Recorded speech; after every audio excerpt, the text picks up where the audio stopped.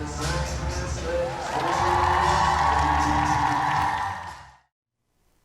everyone, thanks for tuning in once again. I'm Bill. Welcome back to the channel. Thanks for watching another episode of Umpteenth Time Hearing, where I'm adding to my catalog that I've been building here of lesser known and obscure music artists that are either not particularly well known in America or not particularly well known on the other side of the pond, or both.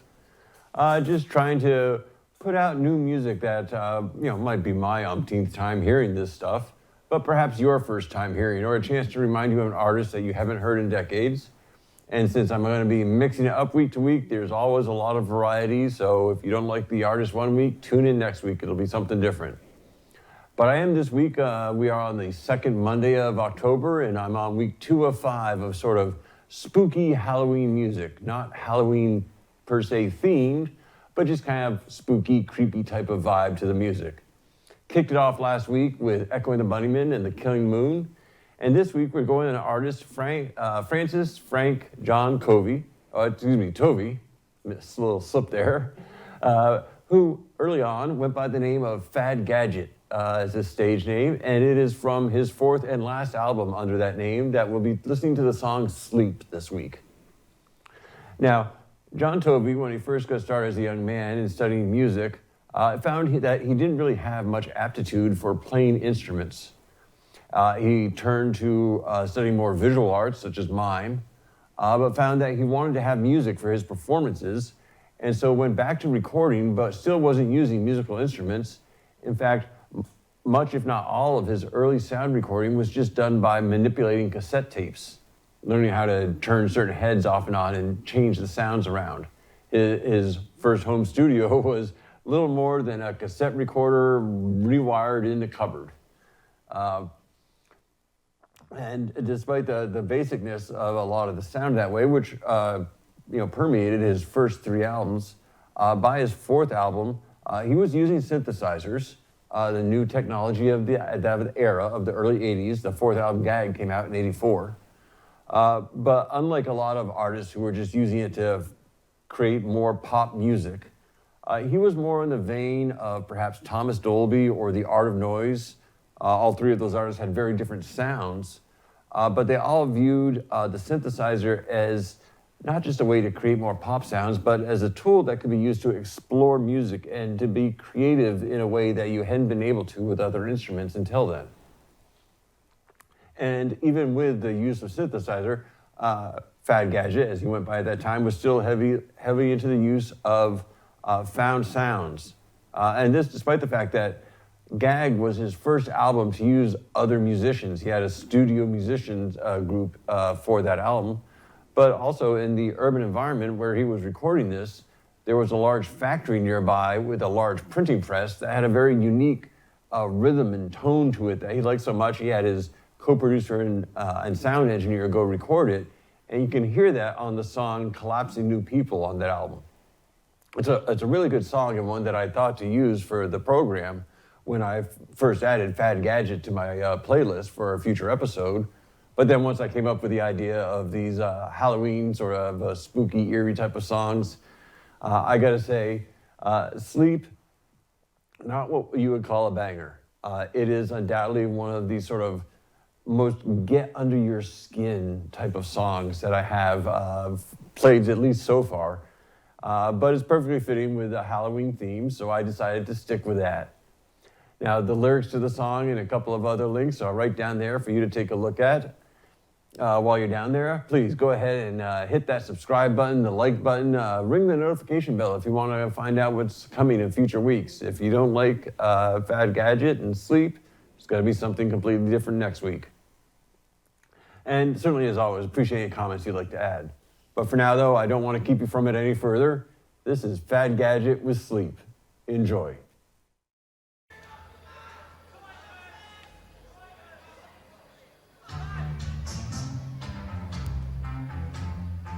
song you haven't heard before.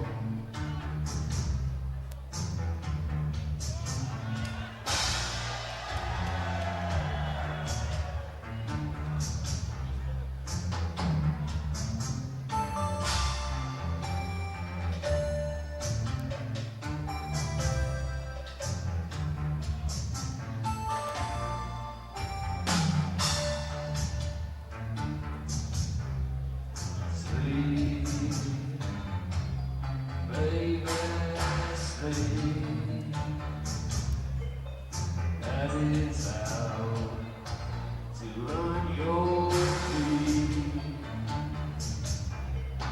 Sleep, baby, sleep on the side. Here we watching over you tonight. I get the feeling that the night's alright. Keeping up without a nose, place, place. What I hope we don't make the same mistakes as me.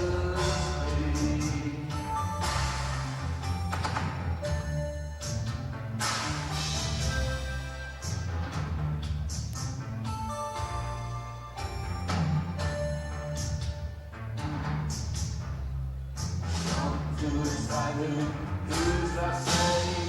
Don't do as I do, do as I say. Don't do as I do, do as I say. Don't do as I do, do as I say. Sleep, baby, sleep. Mama's out to learn your feet. Sleep, baby, sleep. Daddy's mad.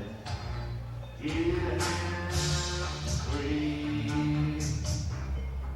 Watching over you tonight. I get the feeling that the night's alright. Keeping up without a nose, strange place. What I hope you don't make the same mistakes as me. Don't do as I do, do as I say. Don't do as I do, do as I say. Don't do as I do, do as I say. Don't do as I do, do as I say. Don't do as I do, do as I say. Don't do as I do, do as I say. Don't do as I do, do as I say.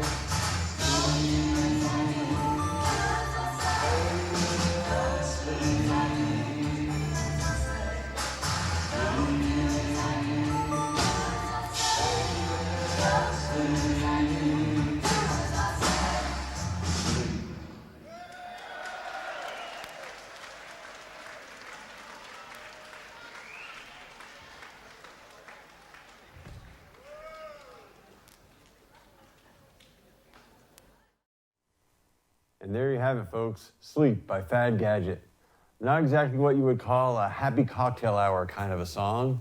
If you're paying attention to the lyrics, it's describing a household where the child or children aren't so much being, overtly abused, but still kind of a disturbing environment to be growing up in. Mama's sad, see her weep, daddy's mad, watch him creep. Certainly one of the sort of real get under your skin kind of a song. Keeping with the sort of creepy Halloween-ish vibe that I'm going for this week, but not a song that I would recommend putting on your drive to work playlist. That said, though, Fad Gadget, or Frank Tovey, did record more music after this. This was the last album, as I mentioned, that he recorded under the name Fad Gadget, but he then went on to record 6 more albums under his given name. Sadly and unfortunately, Frank, who had suffered lifelong, or at least since early childhood, heart troubles, passed away from a heart attack at the young age of 45 in 2002. And it's hard to describe, even though he wasn't a real hit maker, pop of the charts type of thing. It's hard to imagine what his influence might have been had he not suffered that fate. He already is cited as having had an influence on the likes of Depeche Mode, Boy George of Culture Club, and Vince Clarke, who was with Depeche Mode on their first album, and then subsequently Yazoo, The Assembly, and long time now Erasure. And then even Treblezine Online lists Gag as their number 76 of their top 100 post-punk albums of all time. I've included that link on the top pinned comment below. I encourage you to check it out. Not only can you read about some more information about the album Gag, but the link includes all 100 of those top 100 albums. So there's 99 others out there if you want to check out some information about music of that era. For now, though, hey, before I wrap up, while you're down there, click on that subscribe button. I appreciate the likes. Ring the notification bell if you want to find out what's coming up in the coming weeks, because it's always going to be something a little bit different. And appreciate any comments you have about the artist or about the format and nature of the program. Just trying to put out a whole catalog of music so I can create some first-time hearing experiences. Let me know what you think. And then coming up next week, it might be time to break out the black makeup. We're going to have one of the what is widely considered to be one of the first goth rock songs of all time that was put out as a single before the band then released what is considered to be one of the first goth rock albums of all time.